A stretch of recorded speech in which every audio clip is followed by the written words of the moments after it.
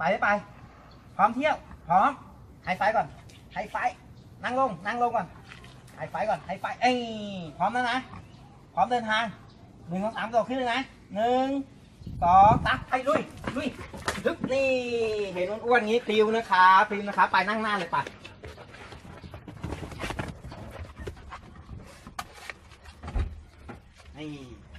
ใครมีปัญหาเหมือนป๋ามาขวิดบ้างไหมครับป๋าเป็นคนที่ชอบเลี้ยงหมานะครับจะพาหมามาในที่ต่างๆเสมอบางทีก็พาไปเดินตลาดพาไปในสนามเด็กเล่นอะไรอย่างเงี้ยพี่มาขวิดก็จะชอบเล่นดินเล่นเลนเล่นโคลนหรือบางทีที่แสบสุดก็คือแอบไปเล่นคังคกครับและกลิ่นแปลกๆแบบนี้ก็จะติดตัวน้องหมาขึ้นมาเสมอทำให้รถเหม็นมากเลยครับแต่วันนี้ป๋ามีตัวช่วยครับแอมบิเพอร์กลิ่นลาเวนเดอร์เลยครับเป็นกลิ่นที่หอมจากธรรมชาตินะครับ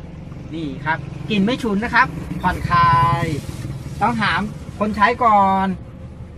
ว่าชอบหรือเปล่าดมนะมองอ่ะพี่ปิดบอกป๋าที่ลูกว่าลูกชอบไหมได้ยังไงว่าชอบไม่ชอบชอบมากไหมบอกก่อนชอบไหมคะชอบไหมชอบเห่าดังถ้าชอบแอมเบอร์เห่าดังให้ฟังโอ้ชอบมากนี่เลยครับเหมาะสำหรับคนที่ชอบพาสัตว์เลี้ยงไปเที่ยวมากๆเลยครับ